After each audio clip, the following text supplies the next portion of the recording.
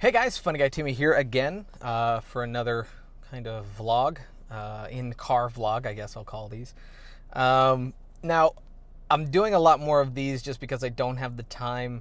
When I get inside my apartment and I get to my recording space, basically it's just nonstop work lately.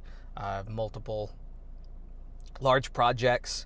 One that's waiting in there is a $1,200 project, and then I have, which is one of two from the same people, and then to finish off, they have multiple projects that they're doing. They're like a big company, and the multiple projects they're doing, and they needed me to do multiple character voices, and so they have multiple pays or whatever. So after this one, there's also going to be a $300 project. So $2,700 for basically all the little videos that they're doing. So there's that, and then I have another $300 project inside, again with multiple voices, which kind of seems to be my thing that people are coming to me for, is when they know that they need multiple voices to sound, they need a lot of voices, they need them to sound different, and they need them to all have character. They're seeing my demo and they're liking, the variety and the range that I have, and so they're coming to me for multiple characters, which kind of seems like that's the thing that I really need to capitalize on. But anyway, that's not actually what I want to talk about in here. I actually want to talk about one of the things that I've learned recently. Again, it was the same, kind of like the whole auditioning thing that I learned. But this I learned about myself a little bit more recently. A lot of this has been something that I've realized as a character flaw, I guess. It's positive and it's negative, and I'll explain.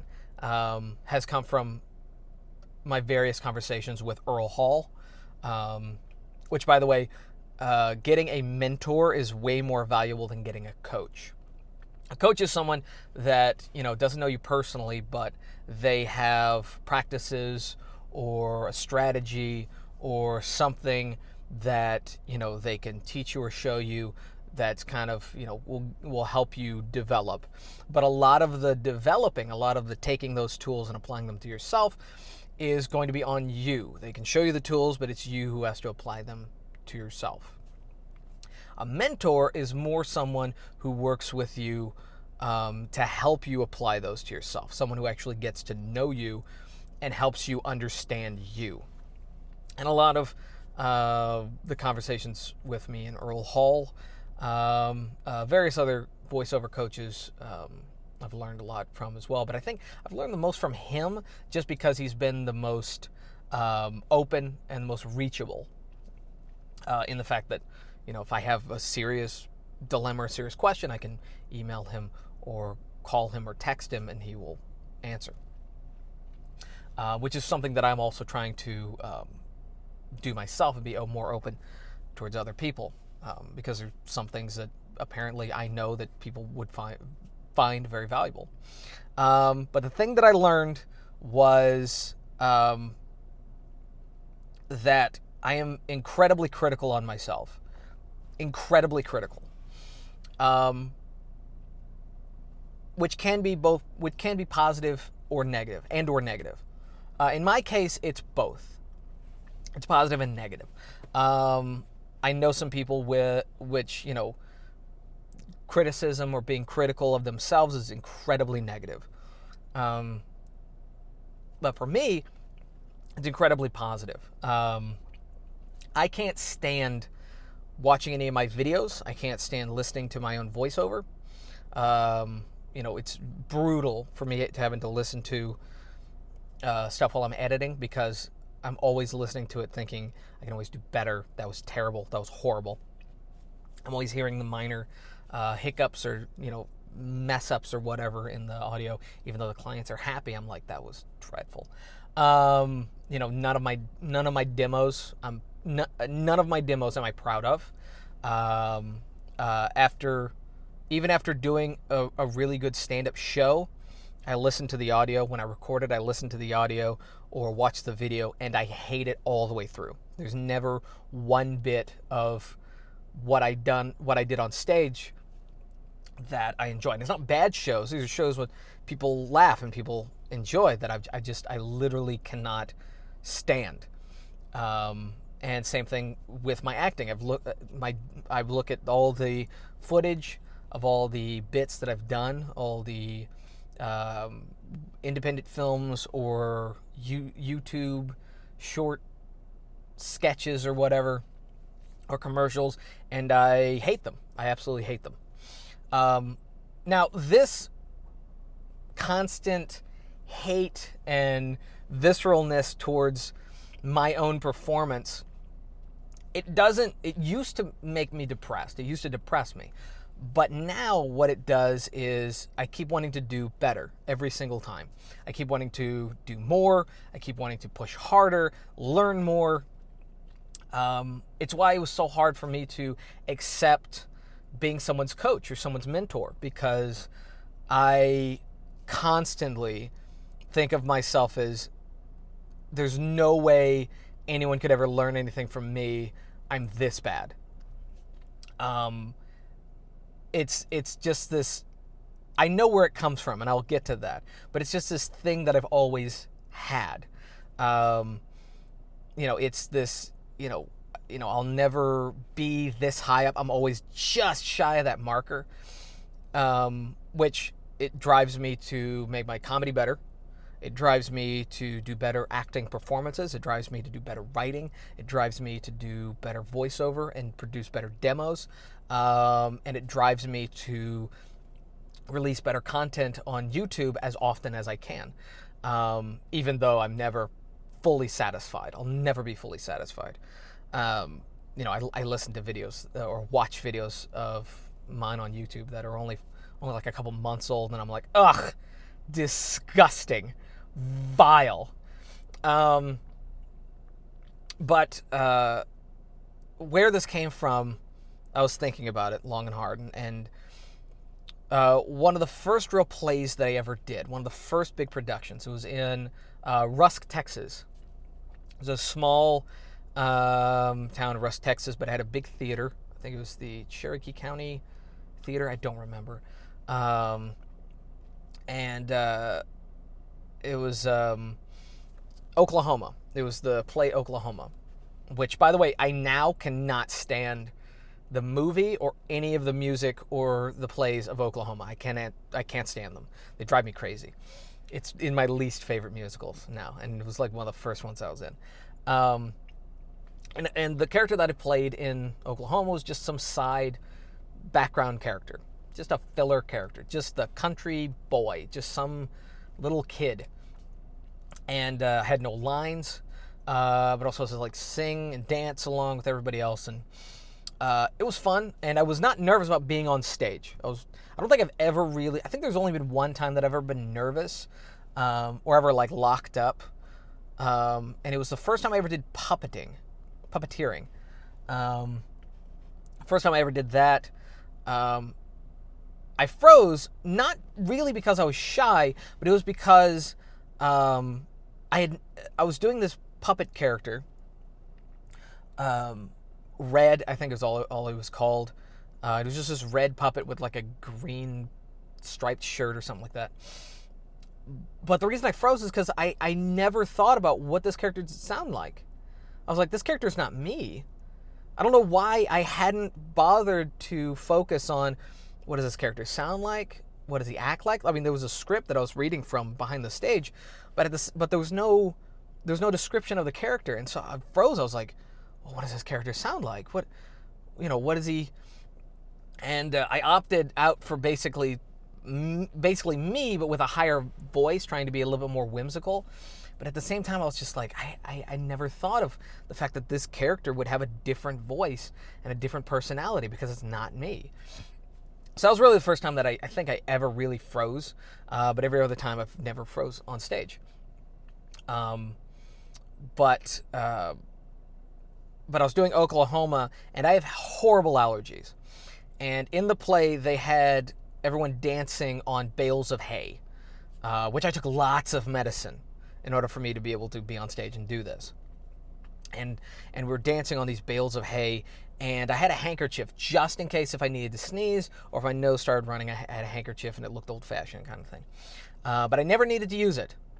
My eyes kind of got dry at the end of the night, and I would probably have problems later in the day after the play was over, but through the play I was always fine.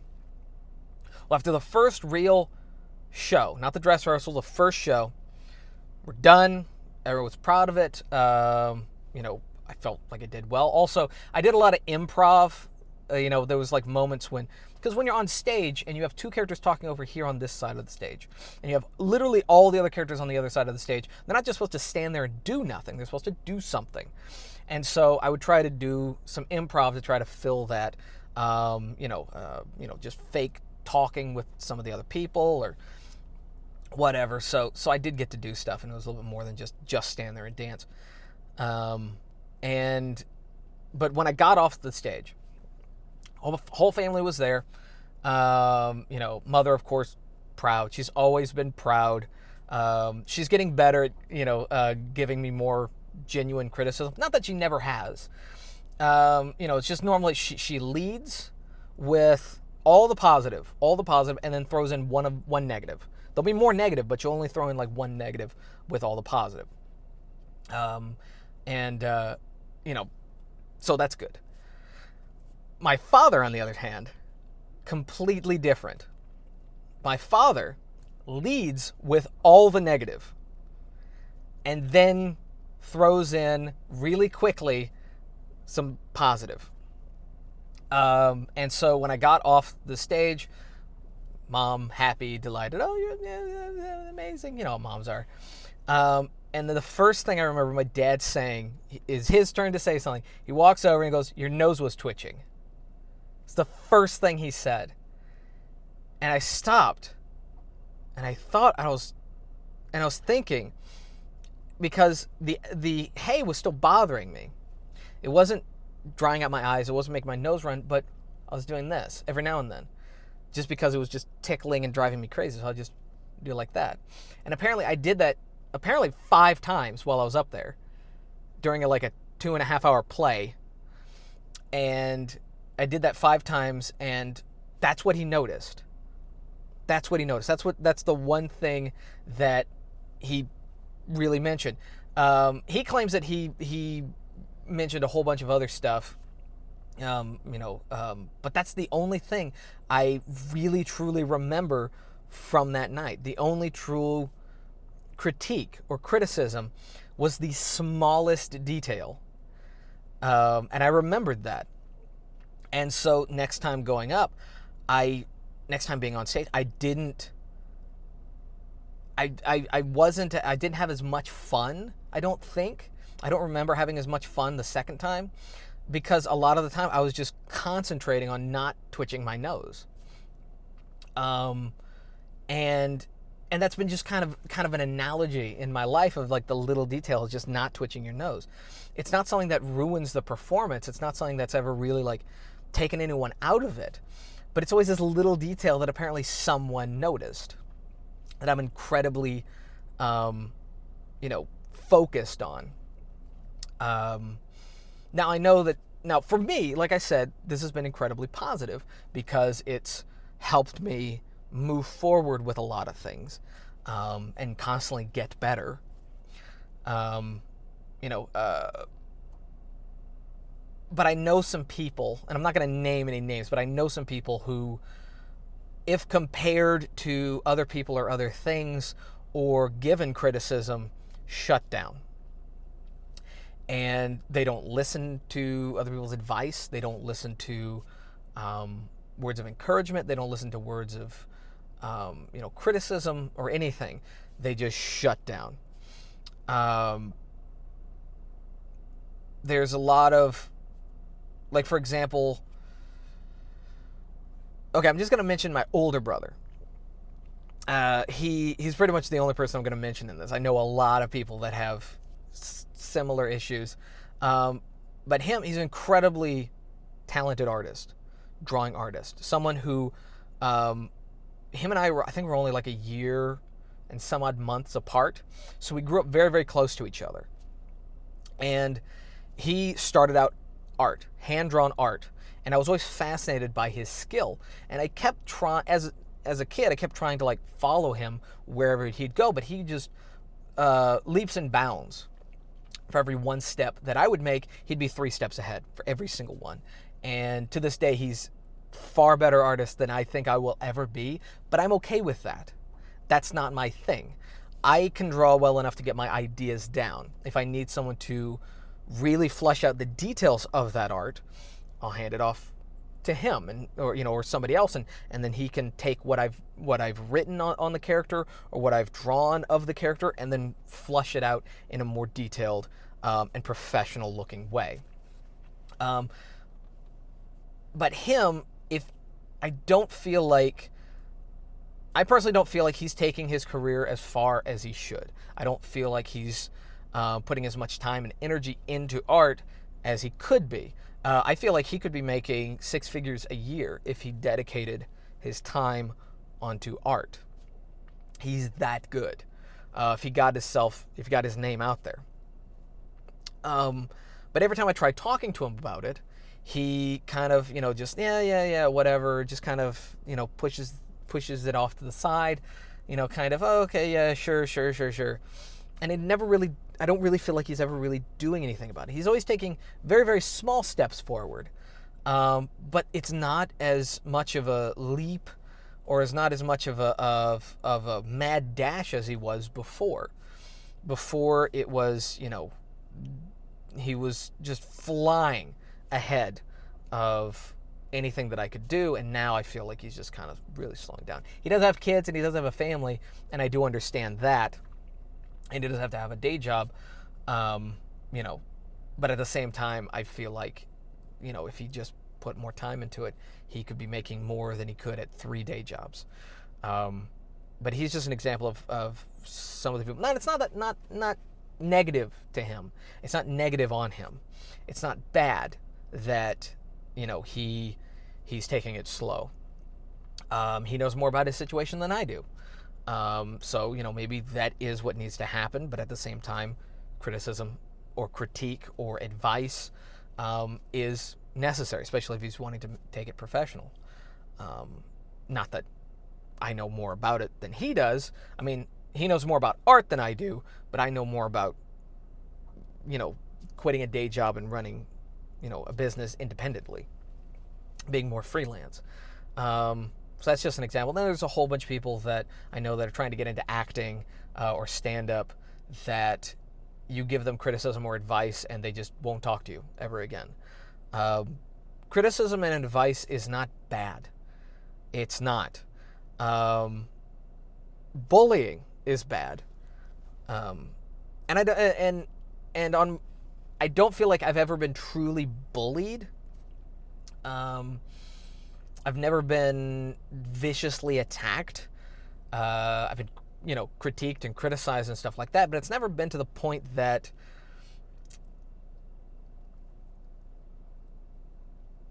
I feel like it was visceral or intentionally hateful.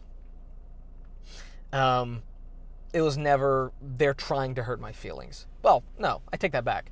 Early on YouTube, there was tons of people that were trying to hurt my feelings. But nowadays, for every little bit of even most hateful criticism, there is still something that I can learn from those little things. I take advice the same way I take criticism. In what's being written or what's being said is something that I can learn from, whatever it is. Now, the negative side of all this, the negative part that I've learned, the big reveal, I know you waited like 20 minutes for this, is that I learned that I'm not charging enough for all the things that I offer, including stand-up and voice acting, and a lot of other little things that I do on the side, because I don't think that my skills are worth it. From viewing my own skills, I don't feel like mine is at this financial bracket. And I feel like it's healthier for me to have that point of view, in the sense of not being someone who thinks they're amazing and should be paid, the high professional prices, but at the same time not having the skills to back that up. It's better to be the other one, where it's just like, I don't know, am I good enough? And then actually have the skills, than to not have the skills and like, I'm amazing.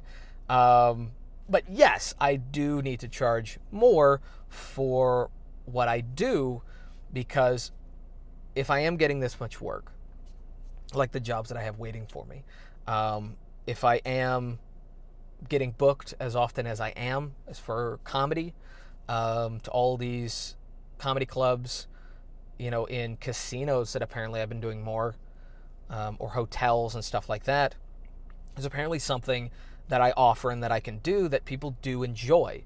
There's something that people can see from my demos, and from my body of work and from my resume, that people can see, okay, he's worth more. And I need to know I need to know what I'm worth. I need to know by looking at myself, that's what I'm worth, and I need to not undercut myself. The reason I'm saying all this is because I feel like that's what a lot of people think. A lot of voice actors think that, especially ones that go to Fiverr, think, oh, I'm not worth X amount of dollars because I just don't have that level of skill.